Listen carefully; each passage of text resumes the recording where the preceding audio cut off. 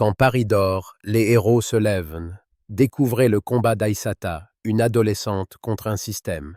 Avant de découvrir l'histoire d'Aïssata, cliquez sur J'aime pour soutenir son combat, abonnez-vous et partagez vos pensées en commentaire pour amplifier sa voix.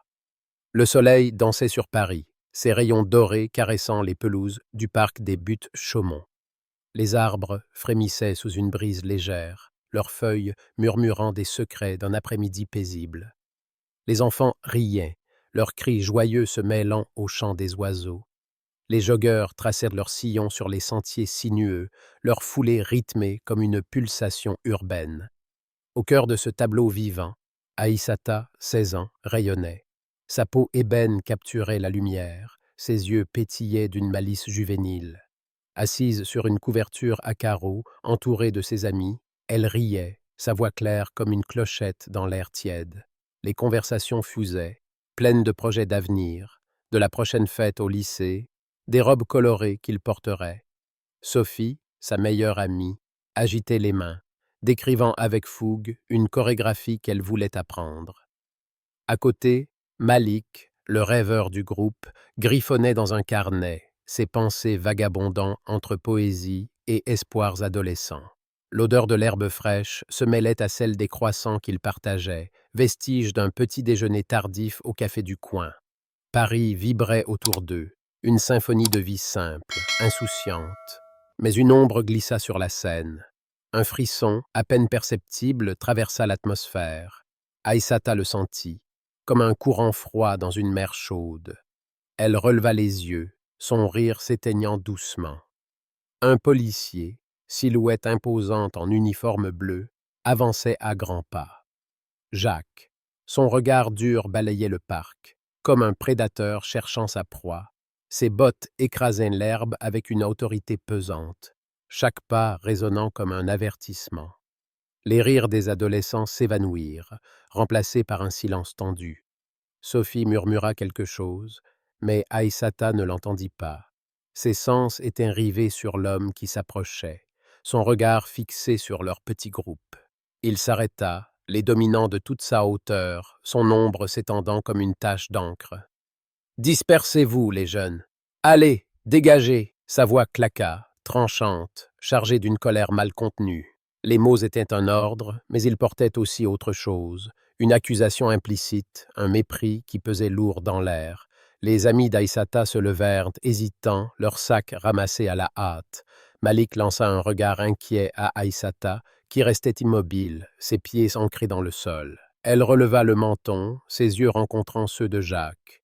Un défi muet. Elle ne bougerait pas comme ça, pas sans raison. « Qu'est-ce que tu fais encore là ?» aboya-t-il, ses yeux plissés, scrutant son sac à dos comme s'il recelait un crime.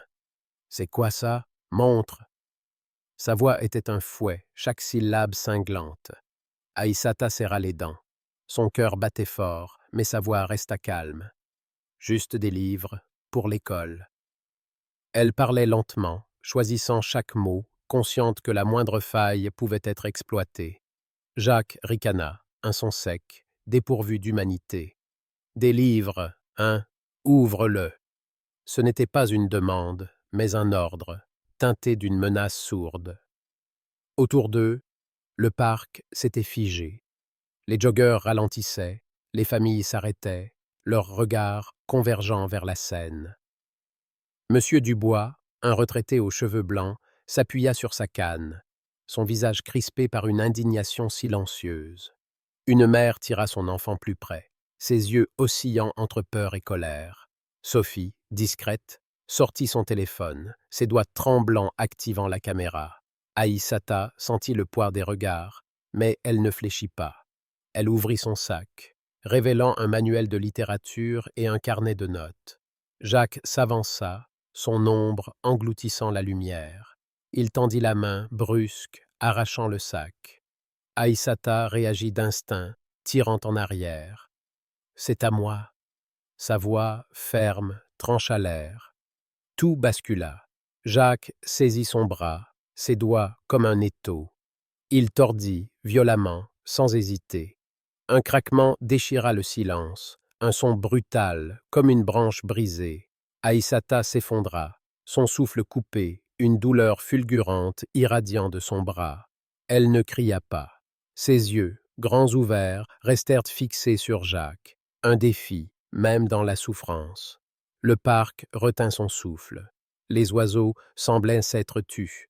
Sophie, figée, continuait de filmer, ses larmes brouillant l'écran.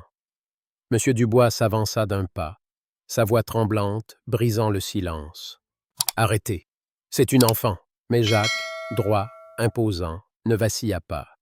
Son regard était froid, satisfait, comme s'il venait de rétablir un ordre invisible. La douleur pulsait dans le bras d'Aïssata, chaque battement comme un coup de marteau. Pourtant, elle ne pleura pas. Sa respiration était saccadée, mais son regard restait ancré, accusateur. Elle était plus qu'une victime. Elle était une force, une flamme vacillante mais inextinguible. Autour, la foule murmurait, hésitante. Certains s'éloignaient, craignant les représailles. D'autres restaient, leur téléphone capturant l'instant, transformant l'injustice en image brute. Sophie, tremblante, cria « Pourquoi vous faites ça? Elle n'a rien fait !» Sa voix, aiguë, porta loin, attirant d'autres regards. Jacques se tourna, son expression inchangée. « Retourne chez toi, petite. » Son ton était un mur, impénétrable. Mais quelque chose changea. Les murmures devinrent des voix. Une femme, Clara, une passante avec un panier de courses, s'approcha. « Vous n'avez pas le droit !» lança-t-elle, son courage surprenant même elle. Monsieur Dubois, soutenu par sa canne, ajouta « J'ai tout vu, vous ne pouvez pas faire ça impunément. » Les téléphones continuaient de filmer. Chaque clic, un acte de résistance silencieux. Les réseaux sociaux s'embrasaient déjà, la vidéo de Sophie se répandant comme une traînée de poudre. Justice pour Aïssata naquit dans les méandres d'Internet. Un cri digital amplifié par des milliers de partages. Les hashtags fleurissaient, portés par l'indignation collective, transcendant les frontières du parc. Aïssata, au sol, sentait la douleur la submerger, mais son esprit restait clair. Elle pensa à son père, Moussa, champion du monde de boxe, homme de fer forgé dans l'adversité. Il lui avait appris à ne jamais plier, à transformer la douleur en force. Elle ferma les yeux un instant, imaginant son visage, sa voix grave lui disant « Tiens bon, ma championne ». Elle savait qu'il viendrait. Il était à des kilomètres, peut-être en plein entraînement, mais il viendrait. Cette certitude était une ancre dans la tempête. Les sirènes hurlaient au loin, déchirant l'air. Les secours arrivaient, leurs gyrophares peignant des éclats rouges et bleus sur les arbres. Les paramédics s'agenouillèrent près d'Aïssata, leurs gestes précis mais doux. Une infirmière, Claire, murmura « Ça va aller, ma belle, on s'occupe de toi. » Ces mots étaient un baume, mais Aïssata n'avait besoin d'aucun réconfort. Elle avait sa colère, sa dignité, son silence comme arme. Jacques, immobile, observait la scène, son assurance vacillant sous le poids des regards. Les téléphones, brandis comme des épées, capturaient chaque instant de son malaise. Il recula d'un pas, son uniforme soudain moins imposant. La foule, d'abord silencieuse, commençait à s'agiter. Des voix s'élevaient, des accusations fusaient. « Raciste !» cria un jeune homme, son poing levé. Une femme âgée, tenant un bouquet de fleurs, secoua la tête, murmurant « C'est toujours pareil ». Aïssata, soulevée sur une civière, garda les yeux fixés sur Jacques. Son regard n'était pas de la haine, mais une promesse. « Vous ne me briserez pas », semblait-il dire. Les paramédics l'emmenèrent, la foule s'écartant comme une mer, leur visage gravé d'une colère sourde et d'une compassion naissante. Dans le chaos, Sophie courut vers l'ambulance, son téléphone toujours en main. « Aïssata, je suis là !» cria-t-elle, sa voix brisée par l'émotion. Elle tendit son portable, montrant l'écran où les vues de sa vidéo explosaient. « Le monde entier va savoir !» Aïssata esquissa un sourire, faible mais réel. Elle savait que ce n'était que le début. À l'hôpital, les murs blancs et l'odeur d'antiseptique l'enveloppèrent. Allongée sur un lit, son bras immobilisé, elle ferma les yeux. La douleur était là, mais elle n'était pas seule. Elle entendait presque les pas de son père, lourd, déterminé, traversant la ville pour la rejoindre.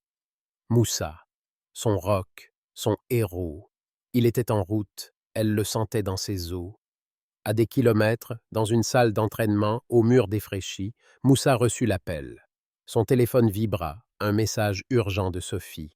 Aïssata est blessée, un flic. Viens vite. Les mots le frappèrent comme un uppercut. Son cœur, habitué au combat, s'emballa. Il lâcha ses gants, son regard s'assombrissant. Sa fille, sa lumière, blessée.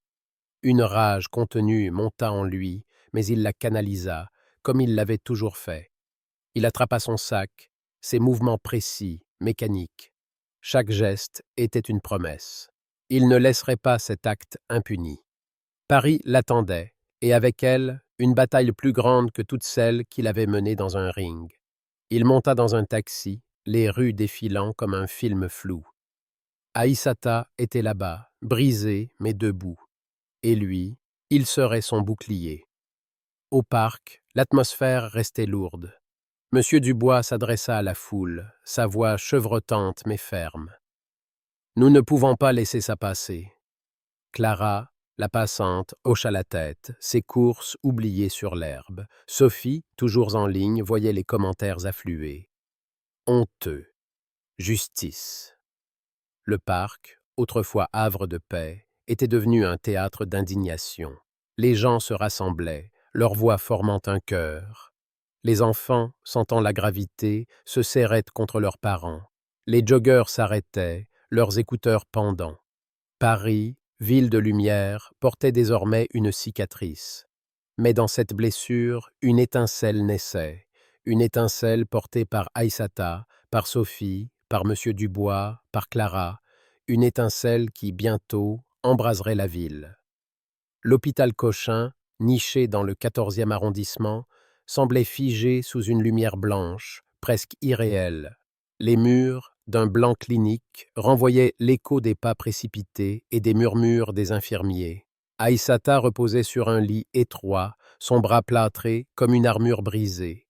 La douleur pulsait, lancinante, mais ses yeux, sombres et profonds, brûlaient d'une flamme vive. Elle fixait le plafond, ses fissures comme des cartes d'un monde inconnu. Elle ne plierait pas. Jamais. Dehors, Paris s'éveillait sous un ciel gris, les pavés luisants d'une pluie fine. Les klaxons des taxis, les rires des passants, le grondement du métro formaient une symphonie urbaine, indifférente à la tempête qui grondait dans son cœur. Elle pensa à son père, Moussa, son champion, son roc. Il était en route, elle le savait, comme une vérité ancrée dans ses os. La porte s'ouvrit dans un grincement. Moussa entra, sa silhouette massive emplissant la pièce comme une ombre protectrice. Son blouson de cuir, usé par des années de combat, portait l'odeur de la sueur et de la victoire. Ses yeux, habitués à jauger des adversaires sur le ring, s'adoucirent en rencontrant ceux de sa fille. « Ma championne », murmura-t-il, sa voix grave, un grondement doux comme une caresse. Aïssata esquissa un sourire, fragile mais sincère. « Je vais bien, papa. » Un mensonge tissé pour le rassurer. La douleur était là, mais elle refusait de la laisser gagner. Moussa s'assit, sa main large enveloppant la sienne, un geste qui parlait d'amour, de force, de promesses silencieuses. « Ils ne s'en tireront pas comme ça, » dit-il, son ton ferme, une colère contenue frémissant sous la surface. Il avait affronté des géants dans l'arène, mais ce combat était plus grand, c'était pour elle, pour la justice. Sophie surgit, essoufflée, son téléphone brandi comme un étendard. « Aïssata, c'est partout !» Ses joues étaient rouges, ses yeux brillants d'excitation et de peur. La vidéo qu'elle avait filmée au parc des Buttes-Chaumont tournait en boucle sur les réseaux sociaux. Justice pour Aïssata s'était répandue comme un feu de forêt, des milliers de partages, des commentaires enflammés. « Regarde, même Libération en parle. » Une journaliste, Amélie, avait publié un article incisif, ses mots comme des flèches. Moussa lut un extrait, ses sourcils froncés. « Dans un Paris qui se rêve lumière, l'ombre du racisme brise des os et des espoirs. » Il hocha la tête, un éclat de respect dans le regard. Cette Amélie serait une alliée, une voix de plus dans leur combat. À Belleville, l'indignation grondait. Les cafés, avec leurs chaises en osier et leurs ardoises vantant des croque-monsieur, bruissaient de conversations animées. Au Café des Lilas, un vieux bistrot aux vitres embuées, les habitués débattaient autour de leurs espressos. Madame Leclerc, une marchande de fleurs aux cheveux blancs, racontait l'histoire d'Aïssata à une cliente, ses mains nouant un ruban autour d'une rose. Une gamine, vous imaginez? Brisée pour rien. Sur la place du marché, où les étals débordaient de fromages odorants et de figues mûres, une foule spontanée s'était formée. Des pancartes griffonnées à la hâte s'élevaient. Stop à la violence policière. Justice pour Aïssata. Raphaël, un activiste au charisme magnétique, connu pour ses discours lors des marches pour le climat, prit la parole. Sa voix, amplifiée par un mégaphone de fortune, portait loin. Ce n'est pas juste l'histoire d'Aïssata, c'est celle de tous ceux qu'on réduit au silence. La foule rugit. Un cœur de colère et d'espoir. Pierre, un professeur de philosophie aux lunettes épaisses, observait depuis une terrasse, son carnet à la main. Il griffonnait des pensées, des fragments d'un essai qu'il publierait bientôt, un appel à repenser la justice dans une France divisée. À côté de lui, Camille, une étudiante en art, esquissait une fresque sur un mur délabré, une silhouette d'Aïssata, son bras plâtré levé comme un symbole de résistance. Les couleurs vives, rouge, noir, or, semblaient danser sous la pluie fine, attirant les regards des passants. « C'est pour elle, » murmura Camille, son pinceau traçant des lignes audacieuses. Pierre hocha la tête, notant une phrase. « L'art est une arme, la voix d'une génération. » À l'hôpital, Lisa entra, une avocate à l'allure impeccable, son tailleur noir contrastant avec la passion qui brûlait dans ses yeux. Elle posa une pile de documents sur la table roulante, ses gestes précis. « Nous avons une chance, » dit-elle, sa voix tranchante comme une lame. « La vidéo de Sophie est une preuve solide, mais il nous faut plus, des témoignages, des images, tout ce qui peut montrer que ce n'était pas un incident isolé. » Moussa acquiesça, son esprit déjà en mouvement. Il connaissait la stratégie, apprise dans les rings où chaque coup devait être calculé. « On ne se bat pas seulement pour Aïssata, » ajouta-t-il, ses mots lourds de sens. « On se bat pour que ça n'arrive plus, jamais. » Aïssata écoutait, son cœur battant au rythme de leur détermination. Elle se redressa, ignorant la douleur qui irradiait de son bras. « Je veux parler, » dit-elle, sa voix claire, presque défiant la fatigue. « Les gens doivent savoir ce que j'ai ressenti, pas juste la douleur, l'injustice. » Moussa la regarda, un mélange de fierté et de douleur dans les yeux. Sa fille, si forte, si résiliente. Dans les rues de Belleville, la manifestation grossissait, une marée humaine envahissant les ruelles pavées. Les pancartes dansaient, leurs messages peints en rouge, en noir, en bleu. Une vieille dame, Madame Leclerc, distribuait ses roses aux manifestants, un geste de solidarité. « Pour la petite », murmurait-elle, ses mains tremblantes nouant des rubans. Un musicien de rue, Jamal, grattait sa guitare, improvisant une mélodie aux accents de Brel, ses paroles évoquant la liberté et la révolte. Les passants s'arrêtaient, hypnotisés, leurs pièces tombant dans son étui. La foule chantait, un refrain spontané, « Justice pour Aïssata ». Les fenêtres des immeubles s'ouvraient, des visages curieux se penchant, certains joignant leurs voix. Paris, ville de révolution, vibrait d'une énergie nouvelle. Mais une ombre plana. Un groupe de contre-manifestants, drapeau tricolore en main, s'approcha, leurs cris hostiles perçant la foule. « La police fait son travail !» lança un homme, son visage rouge de colère. Raphaël, sans se démonter, grimpa sur une estrade improvisée. Briser le bras d'une adolescente, c'est du travail. La foule rugit en soutien, mais la tension monta, électrique, comme un orage prêt à éclater. Une femme, Claire, une infirmière qui avait soigné Aïssata, se fraya un chemin dans la foule. « J'étais là !» cria-t-elle. « J'ai vu cette enfant souffrir. Elle n'a rien fait. » Sa voix, tremblante mais ferme, galvanisa les manifestants.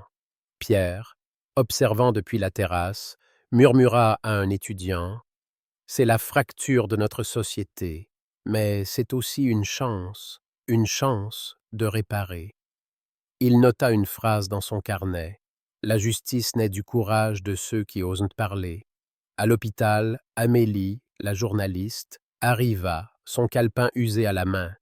Ses cheveux auburn étaient noués en un chignon désordonné, mais ses yeux brillaient d'une détermination farouche. « Je veux votre histoire, Aïssata, » dit-elle doucement. « Pas juste les faits. Qui vous êtes, ce que vous ressentez. » Aïssata hésita, puis parla. Elle raconta ses matinées à lire Baudelaire sous les platanes du parc, ses rêves d'écrire des romans qui captureraient l'âme de Paris. Elle parla de sa mère, partie trop tôt, dont le souvenir vivait dans ses poèmes.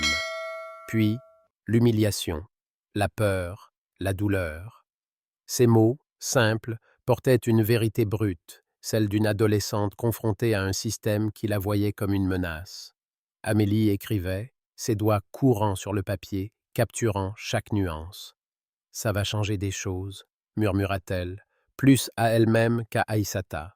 Moussa, pendant ce temps, organisait. Il appela des amis, des anciens camarades du monde de la boxe, des figures du quartier. Il contacta un vieil entraîneur, Marcel, qui connaissait les rouages de la ville. « On va faire du bruit », dit Marcel, sa voix rocailleuse, empreinte de détermination.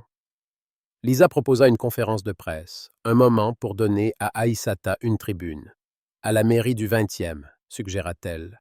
C'est là que les citoyens se rassemblent, c'est symbolique. » Raphaël, joint par téléphone, ajouta: « On amène la foule, les gens sont prêts à marcher. » Sophie, toujours connectée, tweetait sans relâche, ses messages relayés par des inconnus, des artistes, même des élus locaux. Le hashtag « Justice pour Aïssata » devenait un étendard, un cri numérique porté par des milliers. Le jour de la conférence arriva. La mairie du 20e, avec ses colonnes élégantes et son drapeau tricolore flottant dans la brise, semblait vibrer sous la pression de la foule. Des centaines de personnes s'étaient rassemblées, leurs pancartes formant une mosaïque de colère et d'espoir. Camille, l'étudiante en art, peignait une fresque éphémère sur le trottoir, une silhouette d'Aïssata, son bras plâtré levé comme un symbole de résistance. Un groupe d'adolescents, amis de Sophie, distribuait des tracts, leurs visages graves mais déterminés.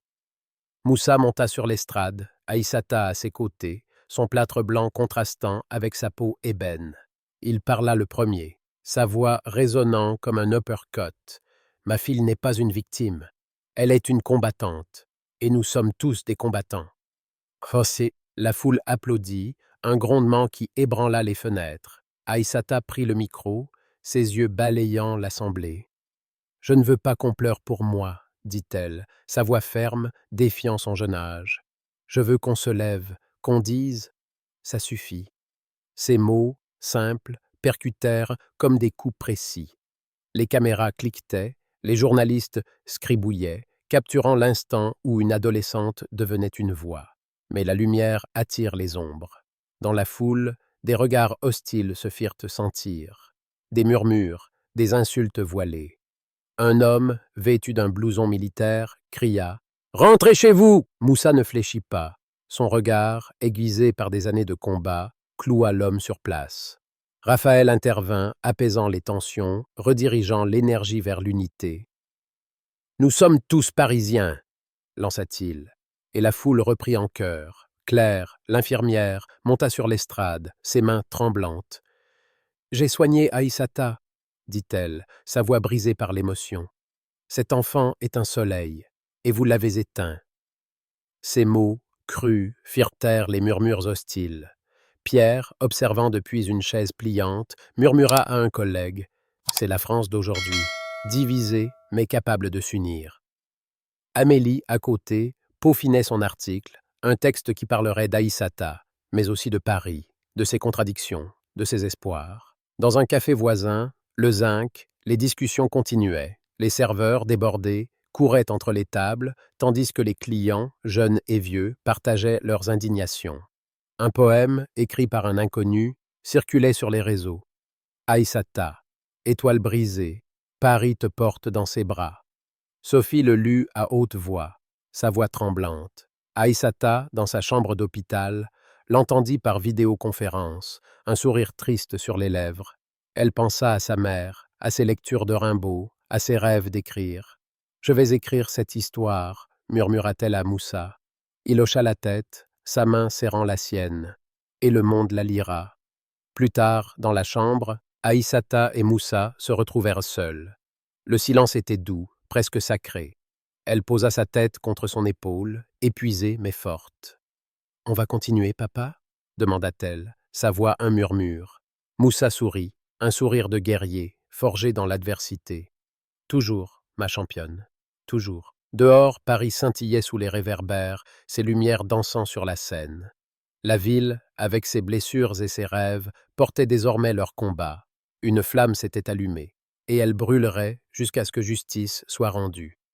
Le palais de justice, dressé sur l'île de la Cité, semblait respirer sous le ciel pâle de Paris. Ses colonnes de pierre, polies par des siècles de verdicts, portaient une gravité silencieuse. À l'intérieur, l'air vibrait, saturé d'échos de murmures et de pas feutrés sur le marbre froid. Aïssata, assise sur un banc de bois verni, fixait les vitraux, leurs éclats colorés dansant comme des souvenirs. Son bras plâtré reposait sur ses genoux, une douleur sourde pulsant à chaque souffle. Mais ses yeux, sombres, brûlaient d'une flamme inextinguible. Elle ne fléchirait pas ici, pas maintenant. À ses côtés, Moussa, son père, se tenait droit, sa silhouette massive comme un rempart contre l'injustice. Ses mains, habituées à frapper sur les rings, étaient nouées, contenant une rage froide. La salle d'audience, pleine à craquer, frémissait d'une tension palpable. Les spectateurs, avocats, journalistes, formaient une mosaïque humaine, leurs regards oscillant entre espoir et défiance. Dehors, Paris continuait de vivre, ses rues bruissant du chant des klaxons et des rires, mais ici, dans ce sanctuaire de la loi, une bataille se jouait. Le procès de Jacques, le policier, avait commencé. Son uniforme, jadis symbole d'autorité, semblait défraîchi sous les néons crus. Il se tenait dans le box des accusés, le visage fermé, ses yeux fuyant la foule. Aïssata le regardait, non avec haine, mais avec une détermination froide.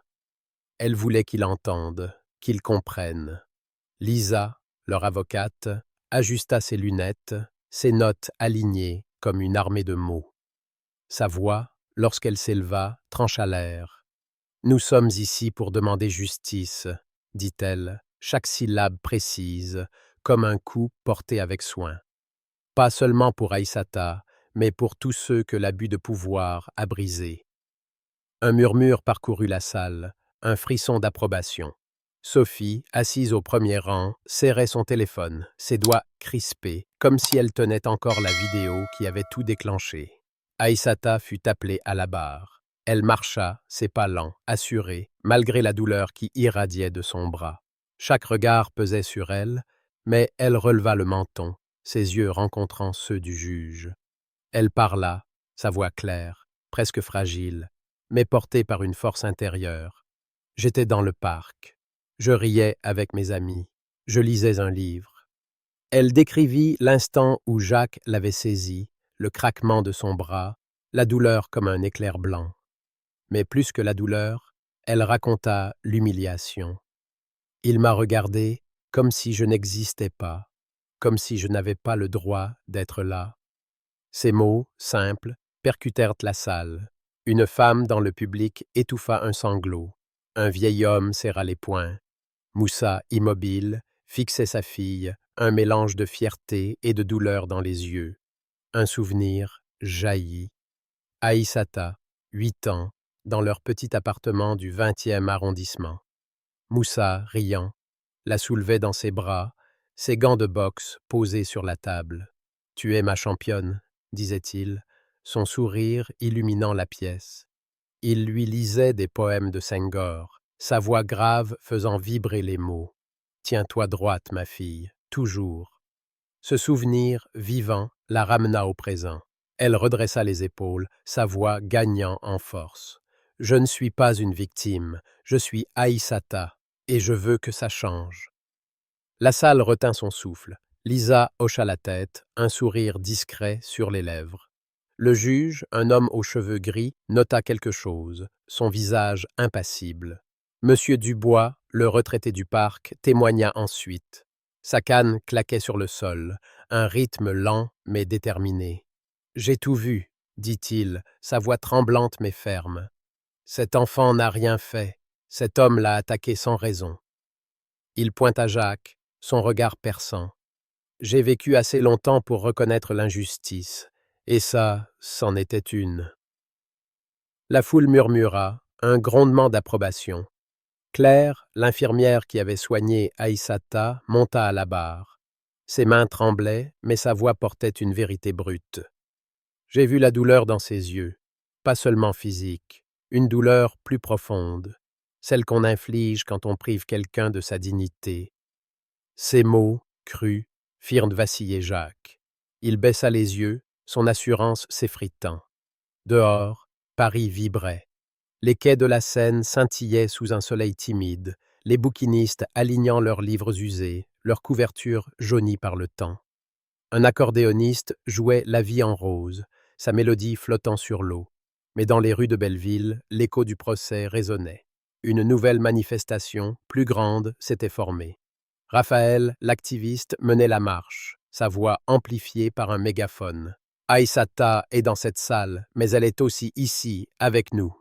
Les pancartes s'élevaient, peintes de slogans vibrants. Justice pour tous, plus jamais. Camille, l'étudiante en art, avait peint une fresque sur un mur près de la mairie. Aïssata, son bras plâtré levé, entouré d'étoiles dorées. Des passants s'arrêtaient, prenaient des photos, partageaient l'image. Justice pour Aïssata brûlait, un feu numérique inextinguible. À l'intérieur, la tension montait. L'avocat de Jacques, un homme au costume gris et à la voix mielleuse, tenta de discréditer Aïssata. « Une adolescente rebelle, dit-il, ses mots dégoulinant de mépris. Elle a provoqué l'agent. » Lisa bondit, sa voix cinglante. « Une adolescente avec un sac de livres est une menace ?» Elle brandit la vidéo de Sophie, projetée sur un écran. Les images, crues, montraient Jacques saisissant Aïssata, son geste brutal, son visage déformé par la colère. La salle siffla, un murmure de rage contenu. Jacques, dans son box, semblait rétrécir, son uniforme ne le protégeant plus. Une ombre plana sur la nuit précédant le verdict. Une lettre anonyme, glissée sous la porte de l'appartement de Moussa, portait une menace. « Laissez tomber, ou vous le regretterez. » Les mots, écrits en lettres découpées, sentèrent la peur et la lâcheté. Moussa la froissa, ses poings serrés. « Ils veulent nous faire taire, » dit-il à Aïssata, son regard dur. Elle, immobile, répondit « Ils ne peuvent pas, pas maintenant. » Ce soir-là, ils lurent ensemble Une saison en enfer de Rimbaud, sévère comme un cri de révolte. « Nous sommes debout », murmura Aïssata, ses doigts traçant les lignes. Moussa hocha la tête, un sourire fier sur les lèvres. Dans leur petit appartement, les murs couverts de photos, Moussa sur le ring, Aïssata à son premier récital de poésie, semblaient vibrer d'espoir. Le dernier jour du procès arriva. La salle était pleine, l'air électrique. Amélie, la journaliste, était là, son calepin usé à la main. Son dernier article, La voix d'une génération, avait enflammé les réseaux, attirant l'attention de figures publiques, d'écrivains, de chanteurs comme Stromae, qui avaient tweeté son soutien. Pierre, le professeur, était dans la foule, son essai achevé, prêt à être publié. « Ce procès est un miroir », avait-il écrit. « Il nous force à regarder qui nous sommes. » Sophie, au premier rang, serrait son téléphone, ses messages continuant de porter l'histoire d'Aïssata au monde. Jamal, le musicien de rue, avait composé une chanson, L'étincelle d'Aïssata, jouée la veille dans un bistrot de Belleville, ses notes flottant dans l'air comme une prière. Lisa prononça sa plaidoirie finale. Sa voix, vibrante, emplissait la salle. « Ce n'est pas seulement Aïssata que vous jugez aujourd'hui, c'est notre société. Voulons-nous une France où la peur l'emporte sur la justice, où la couleur de la peau devient un crime? Elle se tourna vers Jacques. Vous avez brisé un bras, mais vous n'avez pas brisé sa voix. La foule applaudit, un grondement qui fit trembler les murs. Le juge demanda le silence, son marteau frappant comme un verdict avant l'heure. Aïssata, immobile, sentit son cœur battre, un tambour dans sa poitrine. Elle pensa à sa mère, disparue trop tôt, dont les mots résonnaient encore. « Sois forte, ma fille, sois libre. » Le verdict tomba. Jacques fut reconnu coupable d'abus de pouvoir et de violence, une peine de prison et une suspension. La salle explosa, un mélange de cris de joie et de murmures indignés. Aïssata resta immobile, son souffle suspendu. Ce n'était pas une fin, mais un début. Moussa posa une main sur son épaule, ses yeux brillants. « On a gagné une bataille, ma championne, mais la guerre continue. » Dehors, la nouvelle se répandit, les réseaux sociaux s'enflammant. Les manifestants, massés devant le palais, scandèrent le nom d'Aïssata, leur voix portant jusqu'à la scène. Ce soir-là, Aïssata, Moussa, Sophie, Lisa, Amélie et Claire se réunirent dans un bistrot près de Notre-Dame, le Vieux Paris. Les lampes diffusaient une lumière chaude, l'odeur du vin rouge et des tartines grillées emplissant l'air. Ils parlèrent, rirent, pleurèrent. Sophie montra une vidéo. Des enfants dans une école de Belleville avaient dessiné des étoiles pour Aïssata, leur message griffonné en couleurs vives. Aïssata sortit un carnet, son stylo courant sur le papier. « Je vais écrire notre histoire, » dit-elle, un sourire timide sur les lèvres. « Pas juste la mienne, la nôtre. » Amélie hocha la tête, ses yeux brillants. « Et je la publierai. » Plus tard, ils marchèrent le long des quais. La Seine scintillait, ses eaux reflétant les lumières des réverbères. Un accordéoniste jouait, ses notes flottant dans l'air frais. Aïssata s'arrêta, son regard perdu dans le courant. « On a changé quelque chose, papa ?» demanda-t-elle, sa voix douce. Moussa sourit, un sourire de guerrier. « On a allumé une lumière, ma championne, et elle brillera longtemps. » Paris, avec ses blessures, ses rêves, ses combats, portait désormais leur histoire. Une flamme s'était allumée, et elle illuminerait le chemin vers un avenir plus juste.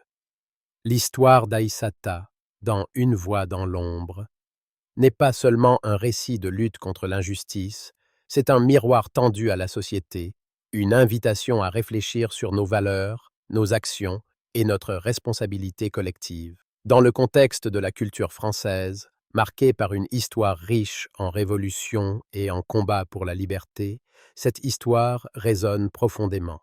Elle incarne l'esprit de résistance cher à la France, celui des Lumières, de la Révolution de 1789 et des mouvements contemporains pour l'égalité. À travers le prisme de cette adolescente courageuse, de son père Moussa et d'une communauté unie, nous sommes confrontés à des vérités universelles sur la dignité, la justice et le pouvoir de la voix collective. Voici mes réflexions sur les leçons tirées de cette histoire et leur application dans la vie quotidienne, ancrée dans les valeurs françaises de liberté, égalité et fraternité. La première leçon est celle du courage face à l'adversité. Aïssata, malgré la douleur physique et l'humiliation, refuse de se taire. Son silence initial, lorsqu'elle encaisse la brutalité de Jacques, n'est pas un signe de faiblesse, mais une force intérieure, un refus de plier. Cette résilience rappelle les héros français comme Jeanne d'Arc, qui, face à l'oppression, a tenu tête avec une foi inébranlable. Dans nos vies, nous rencontrons tous des moments où l'injustice, petite ou grande, nous défie. Cela peut être une remarque discriminatoire au travail, une injustice dans notre quartier, ou même une lutte intérieure pour défendre nos convictions. La leçon d'Aïssata est claire. Le courage ne consiste pas à crier fort, mais à rester debout, à parler avec dignité, même quand la peur menace de nous submerger. Appliquer cela dans la vie quotidienne, c'est oser dire non face à une situation injuste, que ce soit en soutenant un collègue victime de harcèlement ou en dénonçant une inégalité dans notre entourage. La deuxième leçon concerne la force de la communauté. Dans l'histoire, c'est l'union des voix, celle de Sophie, de M. Dubois, de Claire, de Raphaël et de tant d'autres, qui transforme l'incident d'Aïssata en un mouvement. En France, la fraternité est plus qu'un mot gravé sur les frontons des mairies. C'est une pratique, une valeur vécue dans les cafés animés, les manifestations vibrantes, les discussions passionnées. Cette histoire nous rappelle que l'injustice ne peut être combattue seule. Chaque geste compte. Sophie filme, Amélie écrit, Camille peint. Dans nos vies, nous pouvons appliquer cette leçon en nous engageant dans nos communautés, qu'il s'agisse de rejoindre une association locale, de participer à une discussion publique ou simplement d'écouter et d'amplifier la voix de ceux qui sont réduits au silence. Être solidaire, c'est reconnaître que nos destins sont liés, que la liberté de l'un dépend de celle de tous. Une troisième leçon est celle de l'importance de la vérité.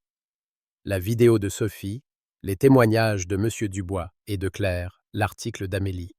Tous ces éléments reposent sur une quête de vérité, un refus de laisser l'injustice être étouffée. En France, pays de Voltaire et de Zola, la vérité est une arme, un outil pour éclairer et réformer. Cette leçon s'applique à notre quotidien. Dire la vérité, même quand elle dérange, est un acte de courage. Cela peut être aussi simple que corriger une fausse information dans une conversation, signaler une injustice dans notre environnement professionnel ou partager une histoire qui mérite d'être entendue. La vérité, comme dans l'histoire d'Aïssata, a le pouvoir de rallier, de mobiliser, de transformer. Enfin, l'histoire nous enseigne la persévérance dans la quête de justice. Le procès, bien que victorieux, n'est qu'une étape. Moussa le dit, « On a gagné une bataille, mais la guerre continue. » Cette idée résonne avec l'histoire française où chaque progrès, des droits des femmes à l'abolition de l'esclavage, a été le fruit de luttes longues et ardues. Dans nos vies, cela signifie ne pas se décourager face aux obstacles. Que ce soit en poursuivant un objectif personnel, en défendant une cause, ou en luttant pour un changement systémique, la persévérance est essentielle. Aïssata, en écrivant son histoire à la fin, choisit de transformer sa douleur en création, un acte profondément français, où l'art et la littérature deviennent des outils de résistance. Ces leçons, courage, communauté, vérité, persévérance, ne sont pas abstraites. Elles s'incarnent dans des actions concrètes. Nous pouvons les appliquer en étant attentifs aux injustices autour de nous, en soutenant ceux qui luttent, en utilisant nos talents, écrire, parler, créer, pour faire avancer la justice. En France, où l'histoire est marquée par des figures comme Hugo, qui dénonçait les injustices sociales, ou Simone Veil, qui luttait pour les droits des femmes, chaque individu a le pouvoir de contribuer à un monde plus équitable. L'histoire d'Aïssata nous rappelle que nous ne sommes pas seuls, que nos voix, lorsqu'elles s'unissent, peuvent changer le cours des choses.